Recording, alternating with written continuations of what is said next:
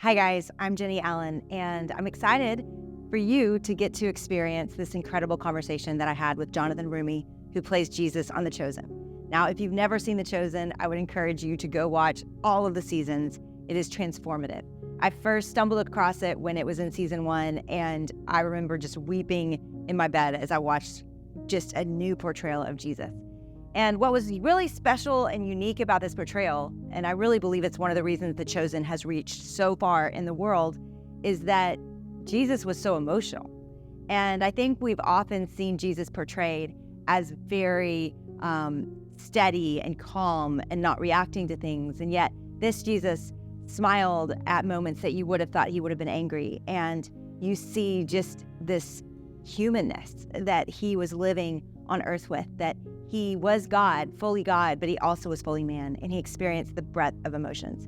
And so some of you know I've been working on a project called Untangle Your Emotions for a long time. I've been studying emotions, and one thing that I believe is transformative and even provocative about this project is that emotions are not the enemy. Emotions are not sinful. We so often demonize emotions and try to get rid of negative emotions, and yet God is emotional, and we see that most through Jesus.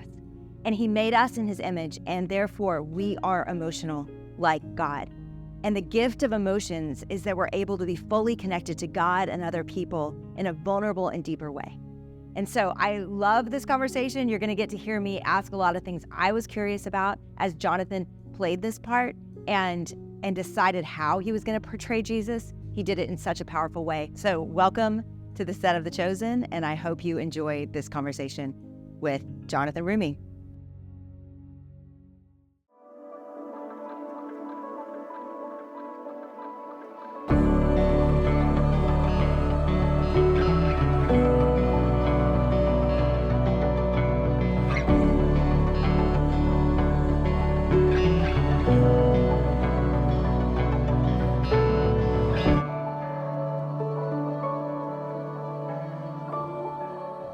Jonathan, such fun to meet with you. And I am really excited just to hear your thoughts on playing this role. This had to be very surprising for you.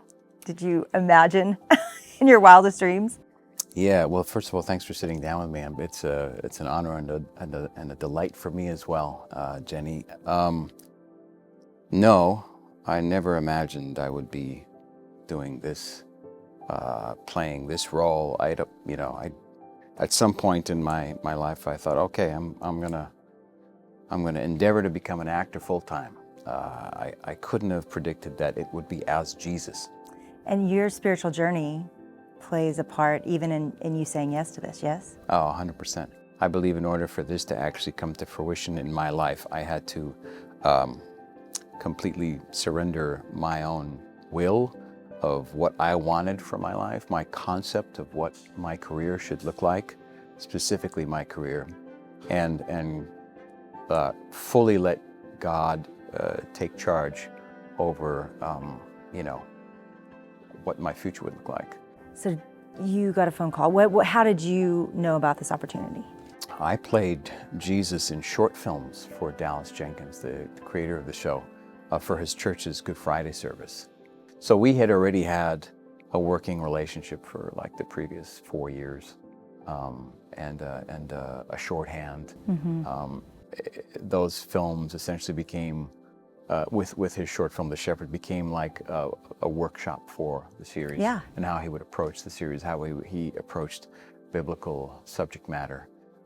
So it was a matter of just like picking up the sandals and putting them on again and doing it for a lot longer period of time. Was there a time where you realized, wow, there are going to be a lot of people that watch this show and see me and think of Jesus? It's surreal, specifically with the character of Jesus, because you quickly realize that the celebrity experience playing Jesus is unlike any other celebrity experience at all. It's not like, it's unlike a Marvel character, it's unlike a Star Wars character. It's a relationship that people are keying into, a character that people are connecting to, because of their existing relationship with Jesus, because of the deepening of that relationship with Jesus that they already have, which inevitably is the most intimate and important relationship that a person could have. Yeah. Or it's introducing them to this person of Jesus that is making them question what they knew or what they thought they knew about him, and compelling them to get to know him if they don't know him. So being the face of that encounter, of that experience, all of a sudden transforms them when they're met with me in a store and they're like, wait a second, you know? And I've had a gamut of emotions and reactions. Some people will literally just start crying. Other people will ask me to pray for them, pray over them. I've had people who've been suffering with depression, who had brain cancer, ask me to lay hands on them, pray for them. I once had this was one of the most emotionally overwhelming experiences I had. I appeared at a conference with a pastor to an arena full of people, and afterwards, as I was leaving, I met this woman who had her son with her, and he was suffering from cerebral palsy, and he was in a wheelchair, and he couldn't talk. He could just kind of make sound, but he couldn't talk, and he couldn't, he obviously walk or anything like that.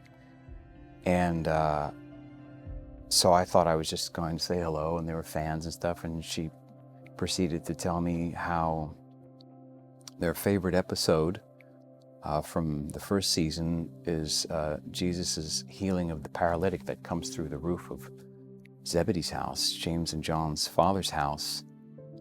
And she said, wouldn't it be great if God did that for my son? And she's looking at me, and I'm like thinking like, oh, I don't, as far as I know, I don't have that power, that gift, but I'd be happy to pray with your son. Would that be okay? And she's like, oh yeah. And so we prayed, and I gave him a hug, and he was really happy, and she was happy, and I left, and I burst into tears. I bet. Because I thought, on some level, I must have let her down. Like, in the back of her mind, she may have been just hoping, like, maybe there's a chance. And trying to live up to that is impossible. It's just not possible. What does that burden feel like for you? Just knowing so many people are getting maybe their first taste of who Jesus is. I think it's a privilege, but I was so affected by media that I had watched this miniseries called Jesus of Nazareth, one of my favorites. And I mean, that's the power of media. And so when I see people reacting the way they do, I know that the Holy Spirit can use whatever he wants to reach people and to draw people closer to God. And it sounds like that's what God is using this for. So. Yeah. Have there been moments that you felt confused as to how to play it, that you wonder what Jesus was thinking and what he was feeling? I mean, I wonder all the time. I can never get hung up on it, because then I'm then assuming responsibility and like control over this, and this has nothing to do with me. Like it's me then controlling and not surrendering. So if I'm truly surrendering, all I can do is say a little prayer that I usually do, like, Lord, let people see your face and not mine. Let them hear your words and not mine, and let them experience you through me in this project. It's so interesting to hear you talk about it, because it's really what we all should be praying about our whole lives, right? 1,000%. There's no difference between art and life in this situation. How can we help people see you, and how do we represent you well? And you just have a little bit of a unique role in it. So let's talk about just some of your favorite moments. What have been the moments where you finish the scene and you like God better? The times where I feel like I really connected emotionally to a scene. for easy context, just going to, referring to the first episode of the series, the end of the episode, Jesus has an encounter with Mary Magdalene. It's the first time we see Jesus in the series. Where he meets her, how he meets her, and what ensues as he meets her, and the things he says to her and her response and their embrace. That's something that when we did it, felt sacred. That, and a number of scenes in this, but that is always one where I every time I see it, it's like I'm seeing it for the first time, and I get completely moved by it. And to me, that can only come from above. Like there's something so specifically sacred about that scene when it can move people repeatedly. That has something has nothing to do with the human interaction. Well, and to play a character that everyone, like you're saying, is so well acquainted with. Yeah. There's a million ways that could go badly. Sure. So God is cheesy. Yes. Just on the nose, just cliche. Yeah. Preachy, and this, fortunately, our writers are fantastic, and we don't have that come up No. at all with this series. It's one of the reasons why I did it, because in working with Dallas, he's such a great writer. You seeing the material, it all starts with the material, with the script, right? And if the script doesn't work, I can't bring myself to do it, because then there's an amount of lying that's involved, and a lot of people have this misconception that to be a good actor you have to be a good liar. That's the anathema to the truth. It's the opposite of that. To be a good actor or a great actor or an authentic actor, you have to be completely devoted to truth amidst circumstances that are fictitious. You're telling the truth in fictional circumstances. That's it. You can't, the minute somebody starts faking a moment or lying, or they're not connected, you're like, I don't buy it for a minute. Yeah. I can see his acting. Yeah. I can see her acting. You don't buy it. So you have to be devoted to the truth. And if there's scenes that are badly written or falsely written or just cliche or on the nose, I can't. And especially with Christian media, it's why so much of it has a bad rap, because for some reason, I think people get, and this is, forgive me, but it's a topic that I get passionate about. It's like people tend to think like, well, just get the message out and don't worry about the quality. And there's an audience for that, sure, but to me, that's a very small audience. That's the choir, and the choir has already been preached to 1,000 times. What about the people that really need to hear the message, that need to be exposed? Well, speaking of that, one of my favorite things in my research was watching the Gen Z gathering.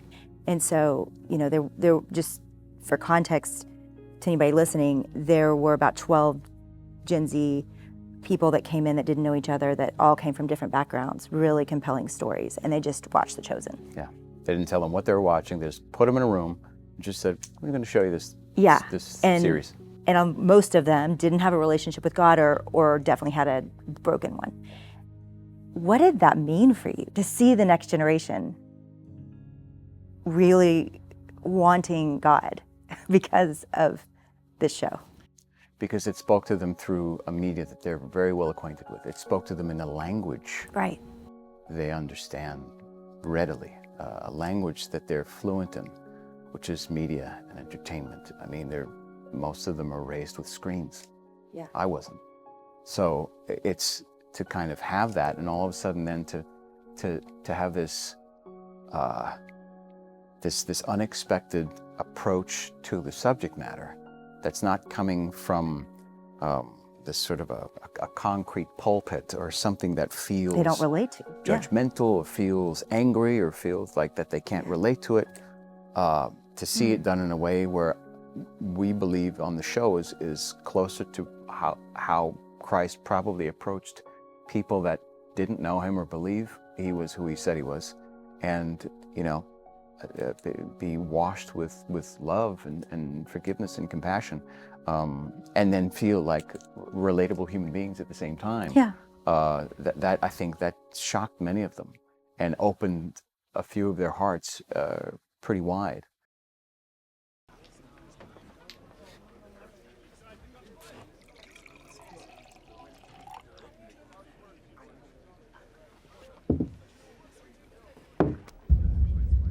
I said leave.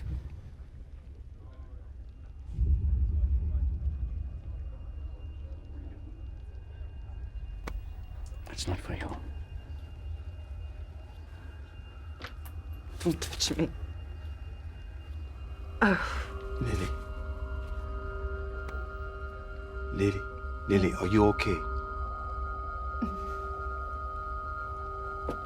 I have to go.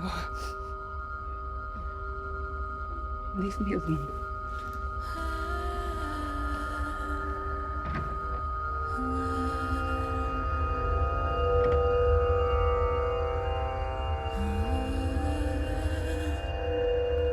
Leave me alone.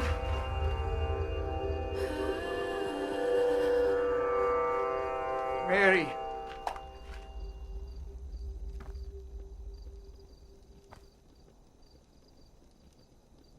Mary of Magdala.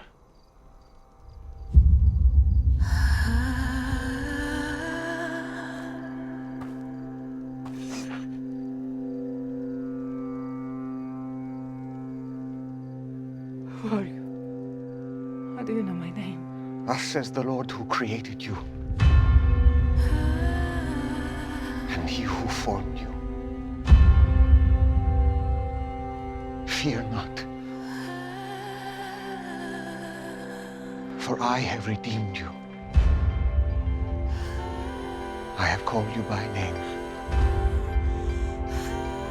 You are mine.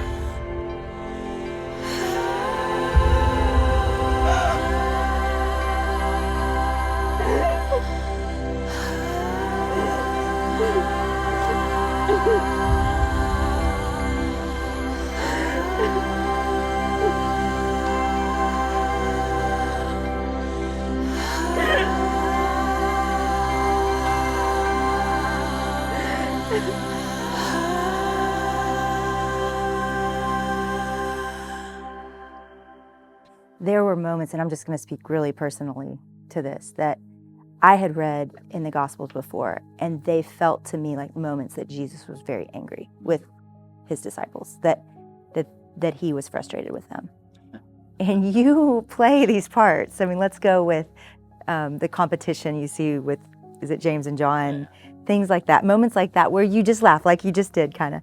And there's so much grace for everyone. Was that always clear to you in the scriptures, or do you hope for it, or do you, what does that felt like to work that out? Because I do think it surprises people. It's like a parent with a toddler. How much can you reprimand the toddler when he messes up? He's just learning, and I kind of have to take that approach when thinking about, well, what would Jesus do in this situation? They don't know what they don't know, and he's trying to teach them what they don't know. And it's going to take a minute. Yeah. It took 3 years of his ministry, and they still didn't quite get it. You know? Yeah. Until the resurrection. And I want to camp here specifically for just a minute, because I've been working and studying on a project about emotions. And I think we've really confused emotion. I think we have demonized it and thought even that God is looking down on our fear or our anger and judging it. And so I think that has, throughout the history of the church at different points, been the case. And so it certainly is now. And so there's a lot of shame around our own emotions, right? I mean, you play Jesus very emotionally, and you're comfortable with that. There's no tension for you in that. No, I mean, when you think about the fullness of Jesus's humanity, I believe that he had to experience emotion on a level that was above and beyond even regular humans. Like, the God of the universe is now made flesh. He invented emotion. Right. He created it. He's the author of all of it. How is he not going to feel for his children? you know. And I honestly, I mean, and he did. It's only written maybe once or twice where, you know, Jesus wept, like where there's a display. But then usually with the gospel writers, there's very specific reasons they put in the information that they do, given the audience that they're writing for. Each of the gospel writers wrote for different audiences. So God was fully human. He had to have been sad and happy and joyous and frustrated and angry. Well, and all that stuff. I even felt like afraid in Gethsemane, right? I mean, Oh my gosh, yeah, he which went is through everything. mind-blowing when you think about it, because it almost feels heretical to say that God would feel those things, but he did. I don't understand like how it could be taken by anyone as negative, as heretical. I know. But how? Because like he created fear is all the verses that say the do not opposite fear. of faith. Yeah. So I think it has become just. But that's not, see, joy is what we're supposed to be, and we're supposed to be courageous, and we're, you know, these things. Without fear, you have no experience of joy. Like right. How there's no contrast. It's do not fear. Do not let fear overrun your life. Do not let it rule your life. But there's somebody running with you, running at you with an axe. Okay, get out of there. Use your fear to motivate you to run or do something, or, you know, like just to get out of there. It's healthy. All of the emotions are healthy. One of the first things that I learned when I was training in New York as an actor, that no emotion is better or worse than the other one, is more valid or less valid than another one. It's just not, because it's all part of the human experience. And as a well-trained, complete actor, you need to be able to access any single one of them without judgment, without shame, without any of that. Otherwise, you'll be a very limited actor. So if there are scenes coming up where Jesus is angry, well, God was angry at times, but it's a righteous anger. It's not venomous, it's not specific to the same kind of anger or justified in the way that it would be or wouldn't be for humans. It's God's wrath. And why is he wrathful? When do we see Jesus angry? Well, it's when the authorities who claim to be, you know, the spiritual leaders of the people are then taking advantage of the people and mocking the temple. It's, you know, and so Jesus is flipping tables. He's using a whip. You're like, whoa, you know, I'm excited about that as an actor. So we don't get to see that very often. But I mean, and even in season 4, this season we're shooting right now, people will see sides of Jesus' emotional life they haven't seen before. Do you feel there are ways you have encountered Jesus in a different way playing this part, just internally for yourself? I'm constantly being asked to go further in my surrendering. I feel like there are things that I have to contend with more than previously. I think as a person who believes in the idea of spiritual warfare, I'm so blessed. I've got so many people that are praying for me. And I'm praying for so many of for our entire cast and crew and everybody in media, for you, for everybody that is on this crusade to keep Christ in the culture, to keep him centered in people's lives, and to be able to continue to get to do what we do, and for, you know, just people's strength and courage to be increased when we're under so much scrutiny and fire for just having our own beliefs. What would you say to the person that wants to know Jesus, that wants a relationship with him? Start talking to him. It's good. And just start talking to him. And then if you're feeling pretty good about that, pick up a Bible. And then if that goes well, find a church. I'm just picturing what Jesus thinks of all this. What do you think? Don't picture too hard. I'm afraid to know. No. You think he's entertained? I think he's pretty entertained. I would hope that he's at least smiling. I think so. Well, what I love is that I love more other people and I love God more after I watch the show. Amen. And that just causes me to believe He is very pleased with it.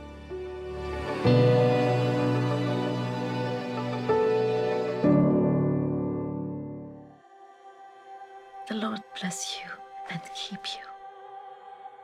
The Lord make His face shine on you and be gracious to you. The Lord turn His face toward you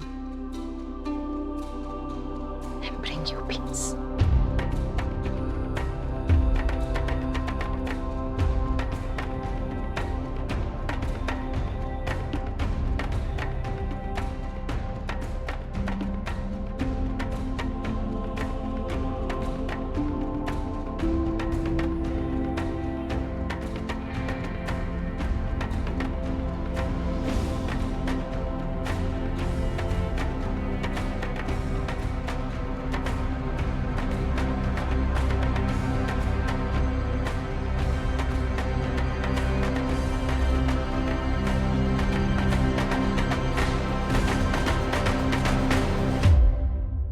People must know.